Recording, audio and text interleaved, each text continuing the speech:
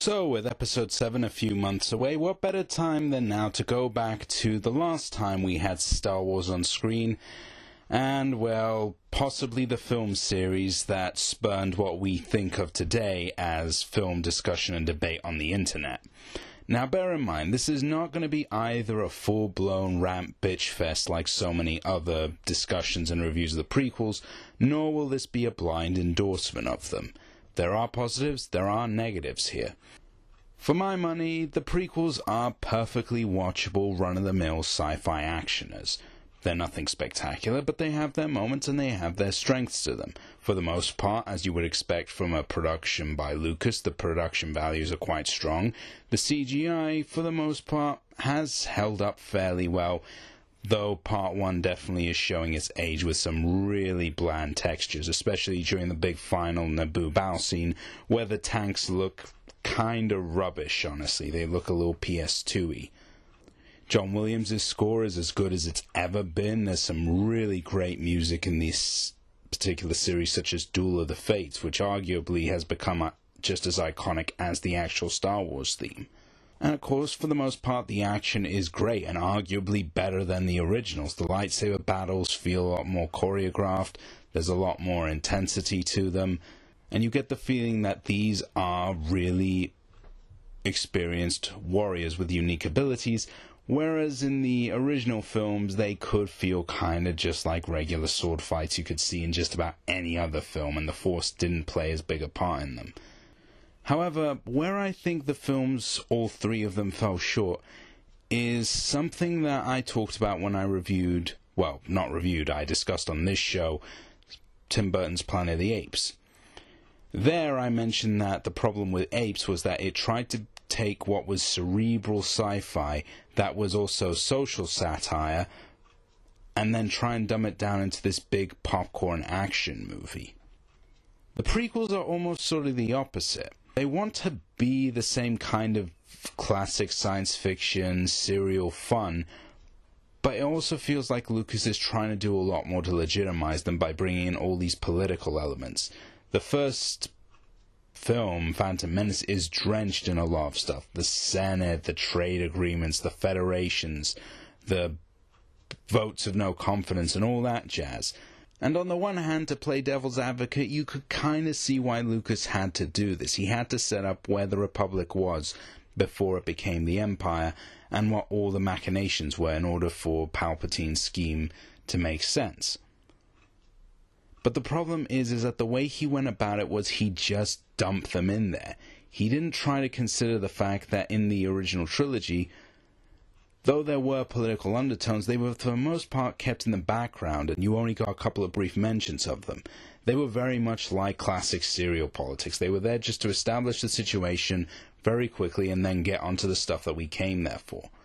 Whereas here, a good half of the prequels is a lot of political talk, a lot of Senate meetings, a lot of questions of alliances and federations.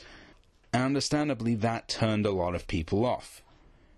Because it feels very strange to go from films that were about honoring things like Flash Gordon and John Carter and old samurai movies by Kurosawa like Fortress. For those of you who don't know, Star Wars was originally supposed to be a sci-fi remake of Fortress.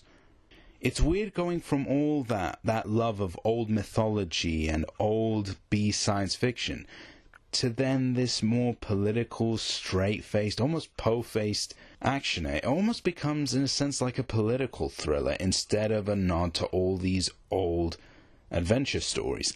And that's where it feels very different. It's what probably was the first alarm bell for a lot of fans of the original trilogy, and indeed the franchise at large. And honestly, this wouldn't have been so bad, but the problem is Lucas also doesn't seem to quite know who his target audience was going to be with these films. There are references and little setup things in these films for the older fans who'll be like, oh, I know where that character's going, and oh, I get what that's referencing. But then there's other stuff like Jar Jar, like all the little silly slapstick bits, and the hokey and cheesy romantic dialogue that you're wondering, wait, is he trying to make this movie for a younger audience? But then why is all this political stuff here? Do you think kids are really going to care about that? And frankly, to anyone here who's a fan of the prequels, please sound off down below. I'd really like to hear if you did care about the politics when you were a kid. You have a series that's known for these big, sprawling sci-fi set pieces, but also having a lot of heart and a lot of humor, having a very all ages appeal, and then suddenly you go this very serious stuff that a lot of kids probably aren't going to really get the full significance of, to Jar Jar. Now, it's easy to just make 1,000,001 very colorful descriptions of Jar Jar, to put it politely. And you can kind of see what Lucas's reasoning was here. Again, to play devil's advocate, even though, like many people, I don't exactly like Mr. Binks. He wanted to try and recapture the R2-D2-C3PO format. He wanted that character that kids could latch onto and find funny. Of course, this backfired because, one, Jar Jar was not very well thought out. He was just kind of a bumbling Nimrod with a very questionable accent that has since only been surpassed by the two robots from Revenge of the Fallen. But more than that, R2 and 3PO are in the movie anyway. You already have your comic relief. What the hell do you need this guy for?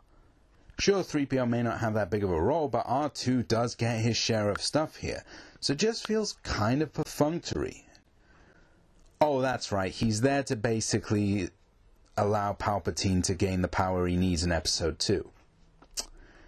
Wonderful. So a character that fans didn't really latch onto, and you made him basically the cause of the Republic's downfall. Not sure what to make of that, Lucas. Really not sure what kind of signal you're sending there. And indeed, that sort of bizarre confusion of ideas is what I think summarizes the prequels more than any amount of Jar Jar or Jake Lloyd or tacky late 90s CGI over-reliance is Lucas himself. A long time ago I saw a video discussing the prequels where the guy in it was talking about how one of the faults was the fact that the first Star Wars movie was made by an angry young man who was saying, screw Hollywood, I'm going to make the movies I want outside of the system. And then now the prequels were being made by this obscenely rich older man. And a lot of that edge was gone. You may not realize it at first, but Star Wars was part of that 70s Hollywood golden age, when a lot of filmmakers were basically standing up and saying, we're sick of the old ways, let's do big, new, daring stuff, let's push cinema in new directions. And Lucas himself was very much part of that movement. He made THX 1138, or however you want to say the last number, and also American Graffiti, films that had very much a strong 70s flavor to them, being very direct, very visceral, not afraid to pull punches. They were the works of an angry young artist who fit in with the likes of Scorsese and Coppola. The problem was that after the first Star Wars, Lucas took a back seat. A lot of people forget, even I forgot, that the two sequels were actually not directed by him. Especially Return of the Jedi. I've met more than a few people, and I'm guilty of this as well, who thought that Part 6 was directed by Lucas when it was directed by a Welshman, Richard Marquand, whose only other film of note was Eye of the Needle, which is a Donald Sutherland thriller from the 80s about, I think it was about a Welsh spy or a Nazi spy or something, but frankly a lot of people forget that wasn't really his movie. And a lot of people forget also that Lucas had other people helping him with the writing process. He didn't write Empire Strikes Back, remember. That was Lawrence Kasdan and a really old school Hollywood writer whose name I cannot remember, but she worked on a bunch of classic movies from the 40s and 50s. Lucas had other people on this project working with him, and ultimately I think that's what made the biggest difference. He was a younger man who was more willing to try stuff, but also he had other people there working with him to bounce ideas around and to maybe take things in different directions. Whereas in the prequels, he wrote and directed all of them. And well, the lack of directing that Lucas did after the first Star Wars really shows. For the most of his career, he was a producer. In terms of visuals, he does fine, although a lot of the composition is kind of flat and bland if you take out all the effects and just look at how the camera is placed. There's an awful lot of 2 and wide shots in this. It's almost as if he's recording a stage play, which is actually not a bad description for the acting as well. If it's been sort of a butt of internet jokes, but it's completely true. despite having a really great cast of actors here, they all kind of sound and behave the same, and they all have a really stoic, stagey way of performing. Every line is sort of a block of text coming out of the actor's mouth instead of flowing dialogue.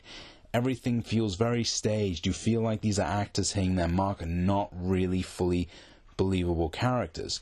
It feels very much like the rehearsals of a stage play we're watching. A lot of the actors are very withdrawn, very reserved, even if their characters don't need to be, and it often hurts the performances a lot because Lucas loves giving his actors some really wordy dialogue, but because they all talk in this sort of monotone, it doesn't work, and it just feels like exposition is being thrown at you. This is especially terrible in Part 2. The love scenes between Anakin and Padme, oh dear God. In essence, you can't really blame Jake Lloyd or Hayden Christensen that much. An actor is only ever really as good as his director or his writer, and considering that the man was both, it's no wonder that a lot of people weren't exactly very thrilled with how the whole thing turned out. In fact, there's a story going around that during the filming of Episode 2, Lucas actually told Christensen to be even more restrained in his performance. He already has all the energy of a cardboard box. How much more do you want him to hold back? I'm really struggling to understand, being a filmmaker myself, what Lucas's rationale for this was. Was he trying to go back to the mythological aspects of the original series, and so he wanted to almost give these characters a sort of Grecian, Roman, tragic, godlike quality to them and giving them this very stoic demeanor? If so, why are you trying to tell a story that has a lot of emotional content in it? Why are you trying to tell a tragic story, which is a story that is inherently going to lead to a lot of melodrama, which is built around strong emotional conflict? I'm sorry, Lucas, no amount of extensive CGI battles is going to change the fact that your fundamental conceit doesn't work. In essence, Lucas seems to be coasting off the fact that it is Star Wars, and therefore we'll automatically be invested and we'll automatically care because, hey, it's Darth Vader. This is the story we've been waiting 20 years to hear. But that's not good enough. As Alcatraz proved in the world of television, you cannot take the audience for granted and just expect people to go with it under the promise of what comes later. That's not how storytelling works, and that's not how you create a compelling arc for your character, especially one at the core of arguably one of the big sci-fi franchises of all time. Trying to juggle all these different balls of wanting to be fun but also serious, wanting to be this grand opera but also this intimate drama, wanting to be very distant but also very personal. The series is basically a walking contradiction of different filmmaking styles and approaches, and ultimately Lucas simply doesn't have the experience to make them gel together. Frankly, they couldn't anyway because a lot of them are polar opposites. It's oil and water. And this is coming from a guy who thinks the prequels are perfectly watchable. And even then, I'm sitting here going, there's a lot of stuff here that they clearly did not think through. Lucas probably thought a lot more of the set pieces, because that's where a lot of the effort feels put in. The lightsaber duels, the spaceship battles, the various escapes from different planets. That's where the flourishes come in. That's where Lucas's directing gets a little bit stylish. That's where the editing gets a little more intense. That's where the effects are at the best. That's when the actors are allowed to somewhat emote. And it's just really head-scratching, because you consider the fact that Lucas had all this planned out, and this was a story he'd been wanting to tell for years. But the way he went about it, it doesn't feel that sincere. It feels more like someone who had a whole bunch of different post-it notes on his wall of stuff he wanted to see in movies, and just threw them all together in a blender and called it the prequels. And that's a great shame, because there could have been an interesting exploration. This could have been a great character study of Anakin turning into Darth Vader. There could have been a lot of really great stuff there, dealing with our capacity for love and hatred and retribution and vengeance, and the things we're willing to risk for the sake of those we love. There's a lot of legitimately powerful stuff within that. And it's a shame that the prequels ultimately were handled by a man who, frankly, was no longer the right person for the job.